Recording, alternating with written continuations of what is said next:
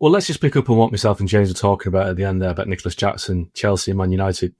Rob, we know that United have looked at a centre forward this summer. They missed out on Liam Delap and they've since brought in Matheus Cunha and also Brian Mbeumo is pretty much done, we think. It looks to me like midfield is the option, is the area they need to strengthen, because I think Ruben Amorim said at the weekend after the draw against Leeds that he needs people in midfield that can cover the pitch. So that was a kind of a cry for help in many ways. But is Nicholas Jackson a prospect, or do you think they will start looking at other areas of the pitch before they readdress that centre forward option?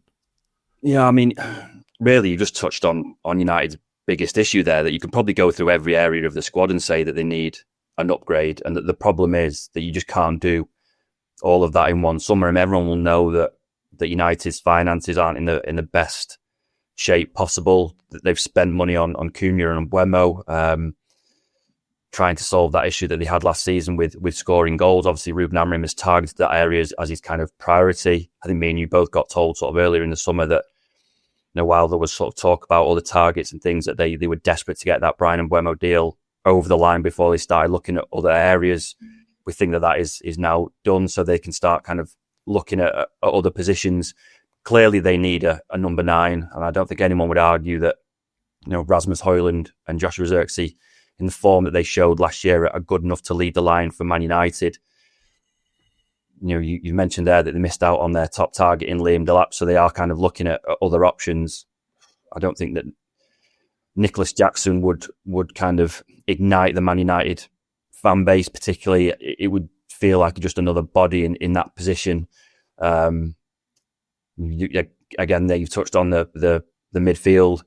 You're right. I mean, it's all very well kind of trying to solve your goal scoring issues, but at the moment, your midfield two are going to be two of Bruno Fernandes, Ugarte and Casemiro. And we've seen time and time again last season and beyond, the United just get run through so often. So, it has been a positive start. I would suggest it's been a positive start for Man United. Something they've got 2 key targets through the door, but clearly they need more if they're going to, start climbing the Premier League table and get up towards those European positions next season. I mean, United already spent, I think it's about 110, 120 million on Cunha and Mbeumo. They've also brought in the fullback from Paraguay as well, Diego Leon. But I've just been doing the sums this morning in terms of what the Big Four, I'm going to call them the Big Four now. Sorry, don't take offence, Man United fans, but the Big Four are the teams that finished the top 4 last season. And they're called the Big Four now because the spending is done this summer. So Arsenal have done, by the time they bring Jokeris in, they've done £180 million this summer. Chelsea, £142 million this summer, plus 12.5 they spent in January. Liverpool, now they've got Ekitike over the line, £254.5 million in one summer. And Man City have done £120 million this summer, but on top of the £175 million they did in January, they've done £295 million worth of strengthening in 2025 alone.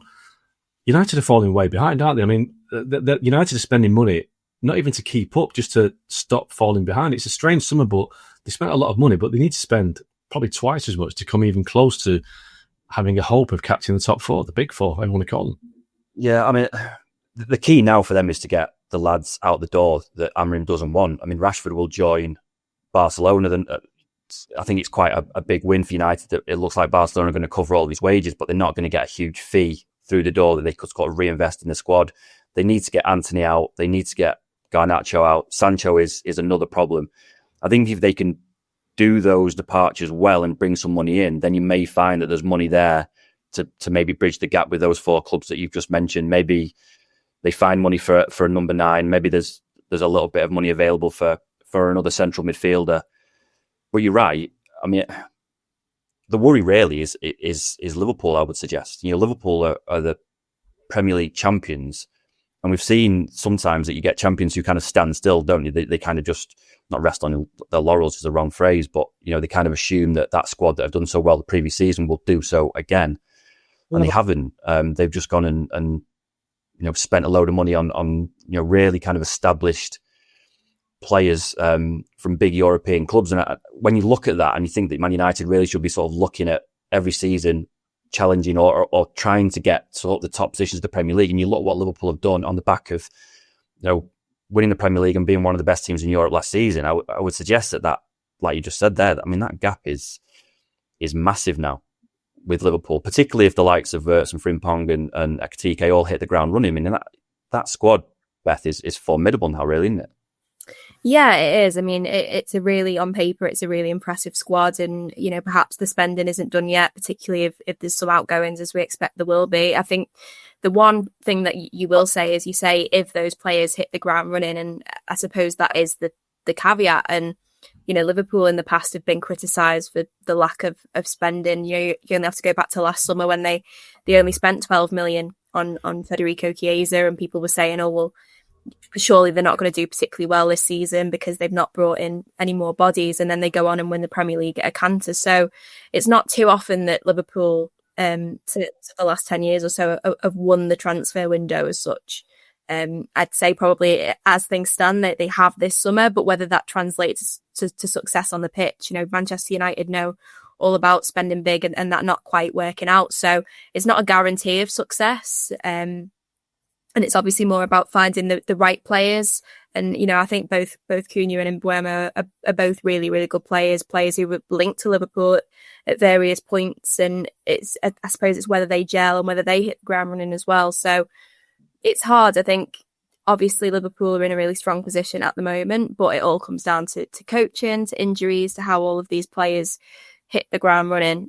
So, I mean, I think sort of from the outside looking in, United have done some good business already, but as you mentioned, they've got a lot of players there that they could do with offloading to get those extra funds through the door. Rob, obviously we discussed the midfield situation, and I know they've looked at Ederson at Atalanta. We know that Morgan Gibbs-White is available for £60 million at Forest because Tottenham have triggered his release clause, but that's still kind of bogged down by legal issues. I mean, beyond Ederson, do you think there's anyone out there that United are in a decent place to sign, or are they just scratching around as they usually do this time of the window? And I think the one aside from Ederson at Atalanta, who they've looked at, the one that would like is someone like Adam Wharton at Palace. But you just, I mean, in terms of fit and what United are looking for younger, Premier League proven players who play well in that Amrim system. I mean, Cunha was identified, obviously, not just because he's scored goals in the Premier League, but because he thrived in that, you know, a similar system at Wolves last season, so they know that he can do the job that Amrim wants. I mean, Wharton is playing in one of those, or was playing in one of those deep line midfield roles in a similar system under Glasner at Palace last season. So he's one of the ones that they would look at as, you know, their ideal. But the money that it would take to get him out of Palace is probably beyond Man United at the moment, and it's a big shift for United, that, because in the past, and you'll know, you know, as well as I did, because you covered United when Fergie was in charge, that historically under Fergie, United could go to big Premier League clubs and just take their best player. And I think in, you know, the likes of Michael Carrick when they signed him from Spurs, he was a terrific player for Spurs, and he was in the England squad. United needed a midfielder, and United just went to Spurs and said, right, we're taking him. And that they just can't do that anymore.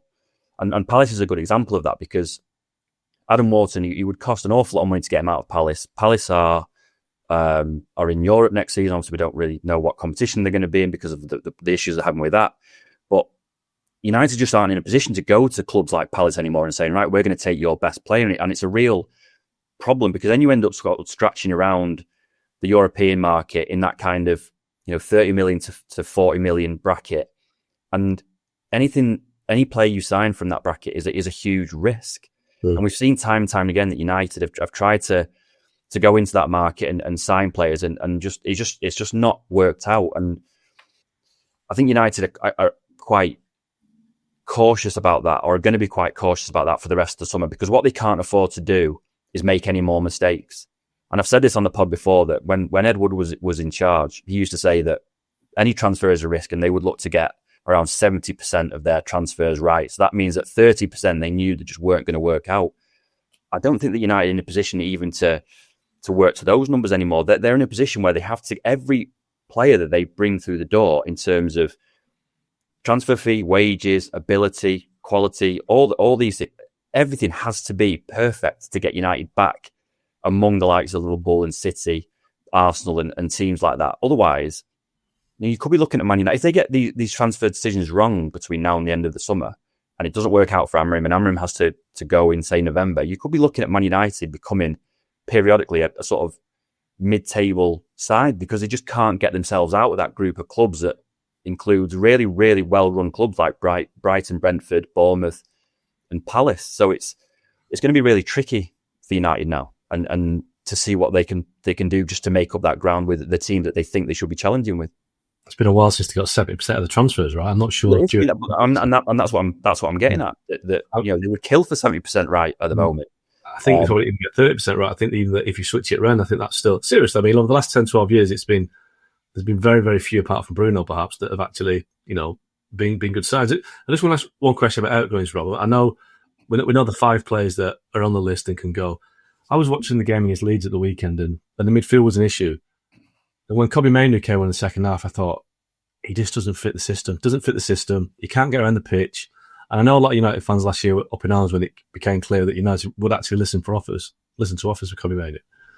Do you think there's a possibility that he could go this summer? Because he doesn't fit the system. And, you have to wonder whether keeping him at the club because he's a homegrown player is a kind of it's almost like the worst decision if he's not cut out for the squad.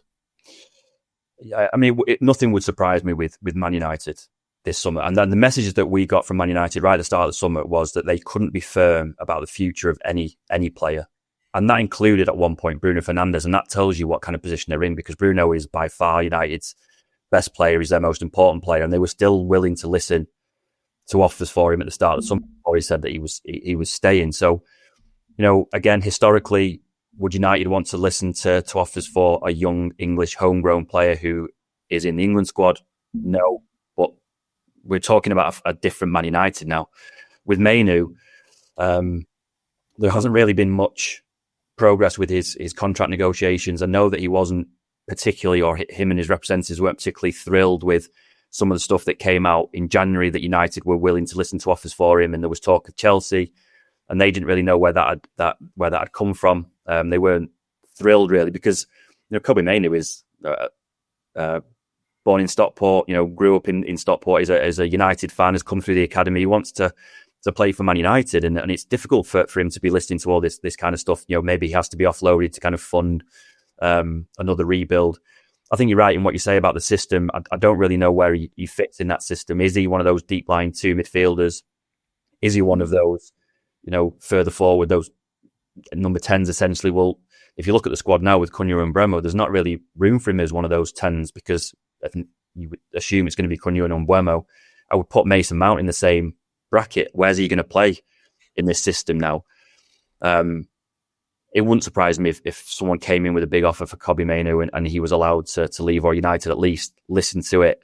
Do I think that United are going to get the offer that would make them tempted to accept it? Probably not, because he's not coming off the back of a fantastic season. So the simple answer is I don't know. I think that every Man United player, in terms of kind of how the club are looking at them, will have their price, because they haven't got any other option apart from to look at ways of kind of generating funds and